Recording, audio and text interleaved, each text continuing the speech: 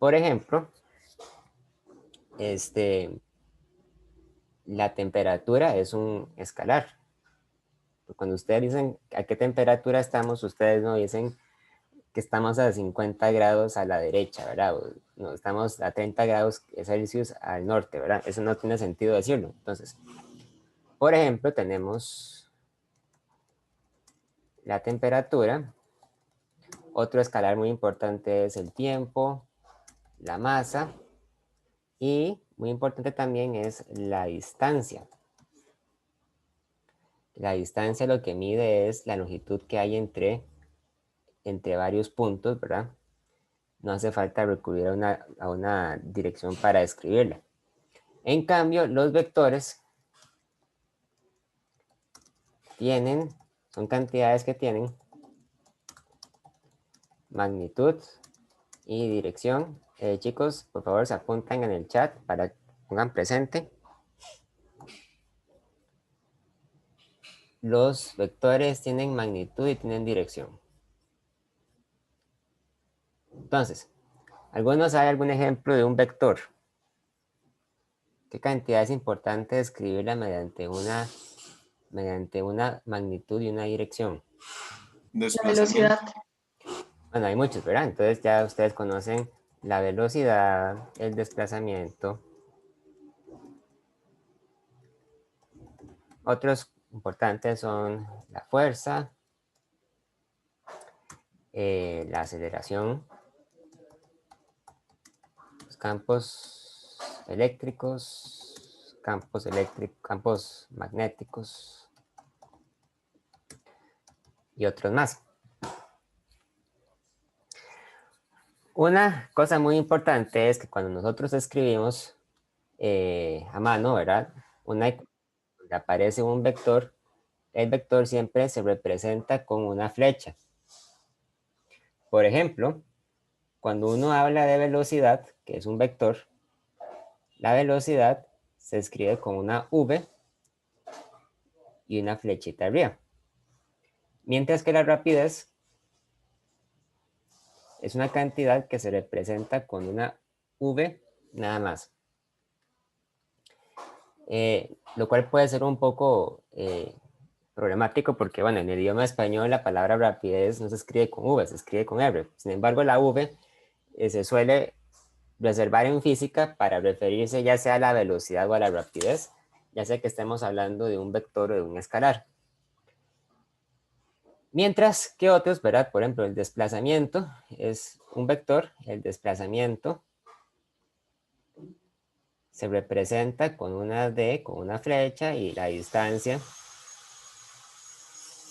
se representa con una D solita. En algunos libros de texto, los vectores no aparecen con una flecha, sino que aparecen escritos con letra negrita. Obviamente, eso no es fácil de reproducir. Vamos a ver. Ahora sí, ¿verdad? Okay. Sí. Ok, digamos que usted tiene otro vector. Entonces voy a llamar a este vector el vector B.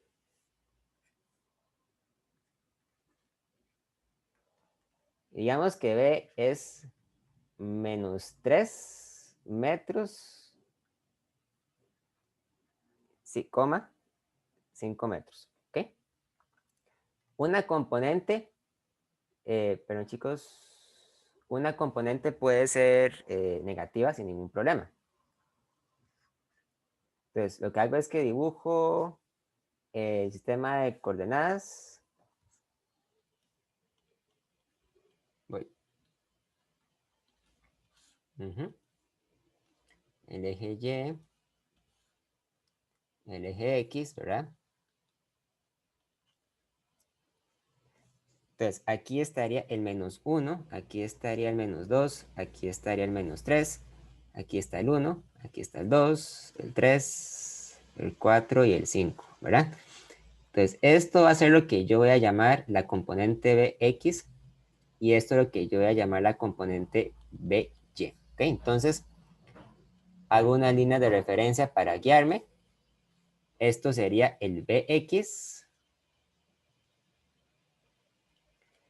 Y este otro de acá sería el By.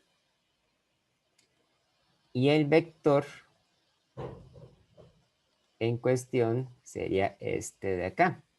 Sería esta flecha, ¿verdad? O sea, es un vector que vive en el segundo cuadrante. Ahí está. ¿Ok?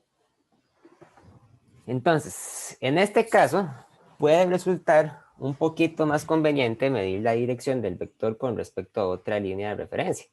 Entonces, digamos que yo les pido... Permiso. Sí, claro. ¿Ahí dónde estaría el ángulo teta? Eso es lo que vamos a ver. Vamos a decir, Bueno. determine la dirección del vector con respecto al eje Y. ¿Ok? Porque yo les estoy diciendo que lo hagan con respecto al eje Y, en este caso, ¿verdad? No hay ninguna razón especial, nada más digamos que escogemos el eje Y. Entonces, el eje Y sería este de acá, entonces el ángulo zeta sería este, ¿verdad? Ahí estaría zeta.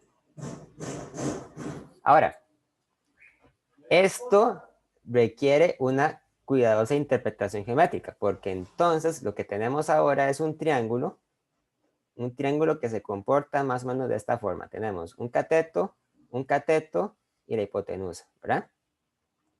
Esto mide 90 grados. Este sería el ángulo zeta. La hipotenusa sería la magnitud del vector. Y el cateto adyacente, que es este de acá, sería justamente la componente en Y, ¿verdad? Sería BY. Mientras que el cateto opuesto sería la componente en el eje X, Bx. O para ser más específicos, chicos, digamos que es la magnitud de estos catetos. Para no enredarnos con los signos, ¿verdad? Lo digo porque en este caso Bx, la componente en X es negativa. Pues para no hacer confusión, usemos solamente los valores positivos. Ahora, en este caso en particular, como estamos midiendo las direcciones del vector con respecto al eje Y, cuando nosotros definimos el coseno de zeta, el coseno de zeta siempre es cateto adyacente entre hipotenusa. Pero en este caso en particular, el cateto adyacente es la magnitud de BY y la hipotenusa es la magnitud del vector B. Entonces eso quiere decir que la magnitud de BY es igual a la magnitud de B por el coseno de zeta. ¿Lo ven? O sea, lo que quiero que vean es que en este caso ustedes calculan la componente en Y con el coseno y no con el seno, como hacíamos antes. De la misma forma, el seno de zeta sería igual a la componente, al cateto opuesto, perdón, entre la hipotenusa, que sería la magnitud de Bx dividido entre la magnitud del vector, perdón, que sería esta, ¿verdad? La magnitud del vector. Entonces, la magnitud de Bx es igual a la magnitud del vector por el seno de zeta. Y por último, podemos calcular la tangente de zeta como el cateto opuesto entre el cateto adyacente. El cateto opuesto es la magnitud de Bx. Cateto adyacente es la magnitud de By. Ahora, esta fórmula es la que nos va a dar el valor de z. Vamos a decir entonces que z es igual al tangente inverso de la magnitud de Bx entre la magnitud de By. Es decir, z sería el tangente inverso de, de la magnitud de menos 3.0 metros entre la magnitud de 5.0 metros. Cuando dividimos la magnitud de menos 3 entre la magnitud de 5, eso da tangente inverso de 0.6. Y entonces z es igual a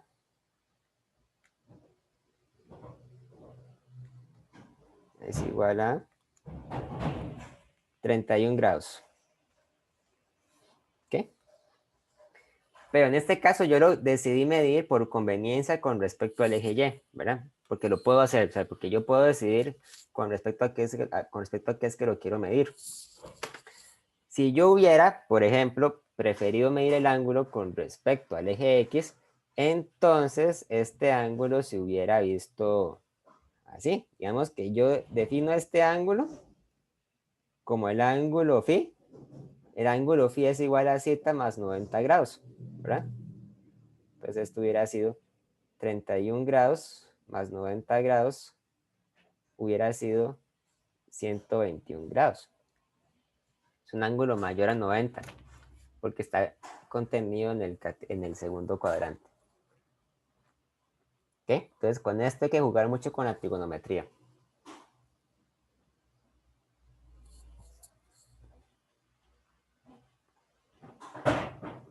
Vamos a ver, chicos, ¿alguna duda, alguna pregunta?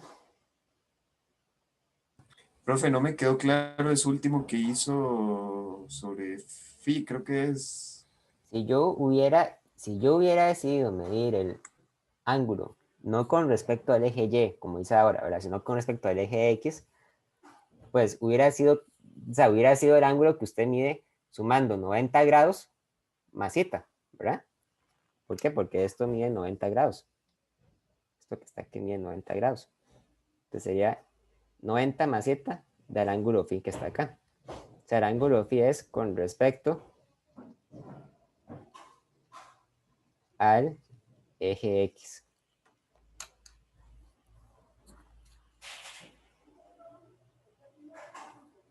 Profe, ¿y eso sirve para decir, para algo? ¿O yo siempre lo puedo sacar con el eje Y? ¿Cómo? Sirve para algo.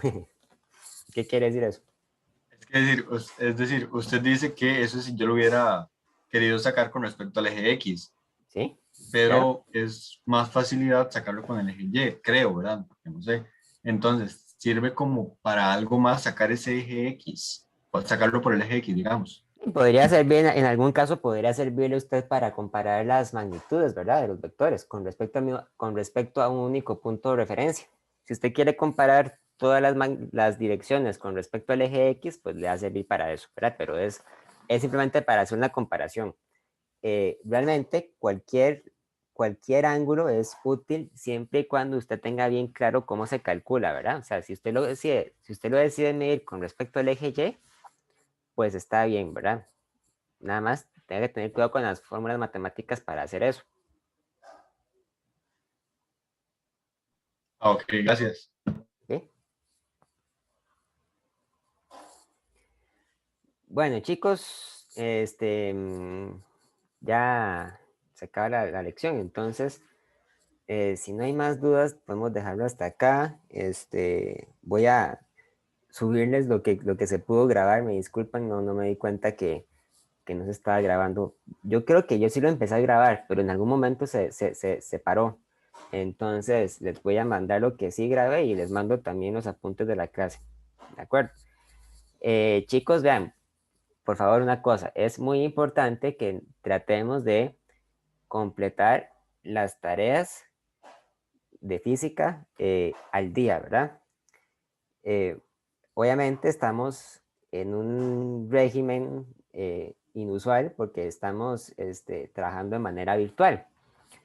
Eh, pero bueno, piensen que no lo hago por molestarlos, lo hago porque de verdad es importante que ustedes lleven orden, porque si ustedes dejan que se acumulen las tareas, que eso puede pasar fácilmente, entonces se van a dar cuenta que en un momento dado van a tener un montón de trabajos pendientes y va a ser cada vez más difícil que ustedes se pongan al día, ¿verdad?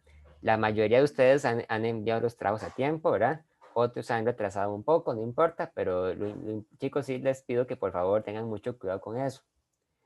Entonces, bueno, dejemos la clase hasta acá y nos veríamos Profe, luego en 8. profe.